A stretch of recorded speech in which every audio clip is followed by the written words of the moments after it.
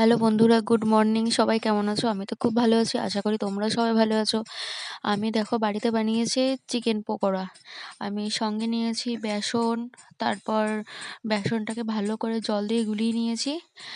আর ভালো করে মিক্সড করার জন্য মানে বেসনটাকে ফাটিয়ে নিয়েছি। আর এই দেখো চিকেন, মানে তোমার হাড় ছাড়া নিয়েছি, যেন আমার ভালো হয় মাংসের পকোড়াটা খেতে, টেস্টি হয়। ওর জন্য হাড়গুলোর মুখে পড়বে, তাই সলিড মাংসটা নিয়েছি।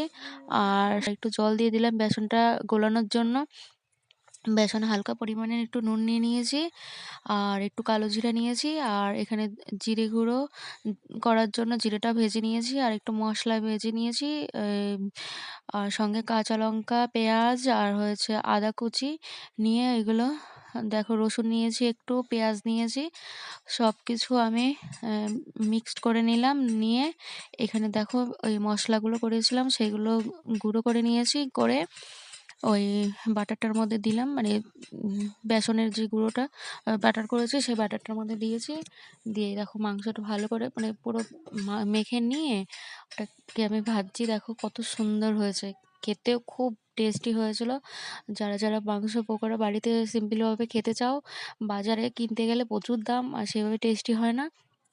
আর বাড়িতে তুমি করলে মানে খুব টেস্টি হবে এবং খুব ভালো, মানে ভালো লাগবে খেতে। আমি দেখো বাড়িতে বানিয়েছি। আমি, আমার মা, বাবা আর আমার ছেলে খেয়েছে। আমার ছেলে তো খুব ভালো খায়।